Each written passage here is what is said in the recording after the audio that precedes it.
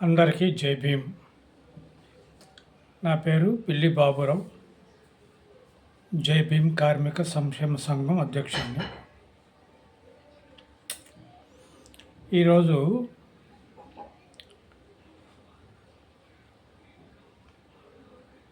గుంటూరు నగరంలో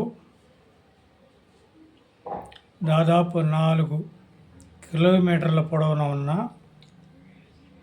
పీకలవాగు సమస్య గురించి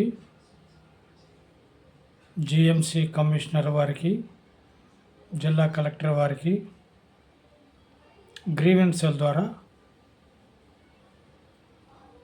పిటిషన్ ఇవ్వటానికి పోతే దాదాపు 2 నెలల బట్టి గ్రీవెన్సెల్లో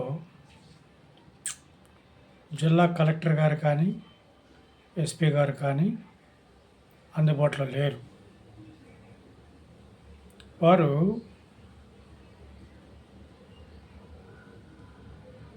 కేంద్ర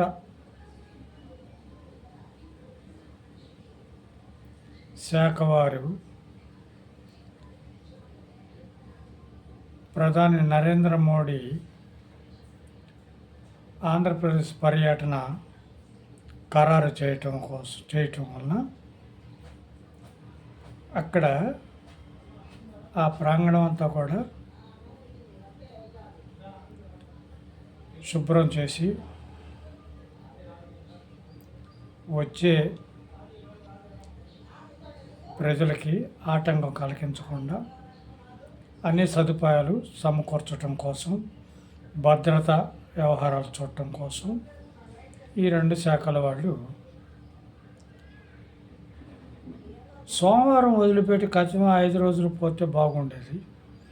సోమవారం గ్రీవెన్సెల్ కదా, సోమవారం కలెక్టర్ గ్రీవెన్సెల్ అన్నా, ఎస్పీ గ్రీవెన్సెల్ అన్నా కంపల్సరిగా వారు అందుబాటులో ఉంటే జిల్లాలో చుట్టుపక్కల ఎవరైనా కానీ పేదలు, అభాగ్యులు వీళ్ళు శరణం వేడుకోవటం కోసం వస్తే ఆ రోజు అందుబాటులో లేకపోతే అది అగ్రిమెంట్స్కి అర్థం ఉండదు.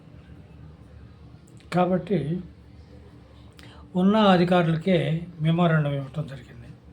2002లో ఇదే టీడీపీ ప్రభుత్వంలో పీకలవాగులో అండర్ గ్రౌండ్ డ్రైనేజ్ చేయండి అని చెప్పేసి అని మేము మా సంఘం తరపు నుంచి ఎన్నోసార్లు పిటిషన్లు పెడితే దానికి 3 కోట్లు శాంక్షన్ చేసి పొక్లీనర్లతోటి ఆ పీకలవాగు గతంలో వేసిన సిమెంటు, కంకర తోటి ఫ్లోరింగ్ చేసిందంతా కూడా అన్నిట్లో ఈ పొక్లీనర్ నడిపి దుమ్ము చేసేసి 3 కోట్ల రూపాయలు ప్రాజెక్ట్ అయిపోయిందని చెప్పి చేతులు జరుపుకున్నారు. మళ్ళీ అదే ప్రభుత్వం ఇప్పుడు వచ్చింది. పీకలవాగు వ్యర్థాలు దాదాపుగా 2 నెలలకి 45 రోజులు 2 నెలలకి కానీ మేము మొరపెట్టుకోగా ఒక పొక్లైనర్ తోటి తీసుకొచ్చి ఆ మలినాలు వ్యర్థాలంతా కూడా పీకలవాగులో మురిగిపోయినంత ఆ రోడ్డు మీద పడేసి మళ్ళీ ఒక 10 రోజుల దాకా ఆ రోడ్డు అంతా కూడా బురదతోటి వ్యర్థాలతోటి మరి పీకలవాగు చుట్టుపక్కల ఉన్న కుటుంబాల వాళ్ళు మరుగుదొడ్లు వ్యర్థాలు కూడా అన్నిట్లో పెట్టారు చాలామంది. ఆ వ్యర్థాలు అంటే ఏరిగింది ఎత్తి మా ముఖాన్ని మేము వేసుకున్నట్టుగా ఉంది. ఆ వ్యర్థాలన్నీ తీసి రోడ్డు మీద వేయటం అట్లా చేసి వెళ్ళిపోయారు. మళ్ళీ ఇప్పుడు 15 రోజులైంది. మళ్ళీ 20 అడుగులు వెడల్పున పీకలవాగు కలవట్టు నుంచి 20 మీటర్ల దాకా మళ్ళీ పెరిగిపోయింది. కాబట్టి ఇప్పుడు మేము కోరేది ఏంటంటే ఈ పీకలవాగుకి ఆ పీకలవాగు చుట్టుపక్కల ఉన్న పేద కుటుంబాల వాళ్ళే ఆ వేస్ట్ అన్నిట్లో వేస్తున్నారు.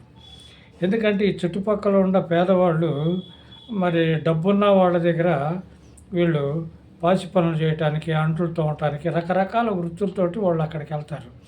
అక్కడ వాళ్ళకి పనికిరాని అన్నీ కూడా బయట వేసేయమని చెప్పేసి అంటే వీళ్ళు ఇంటికి చేసుకొచ్చుకొని 4 రోజులు వాడుకొని ఆ వ్యర్థాల్లో పడేస్తున్నారు కాలంలో.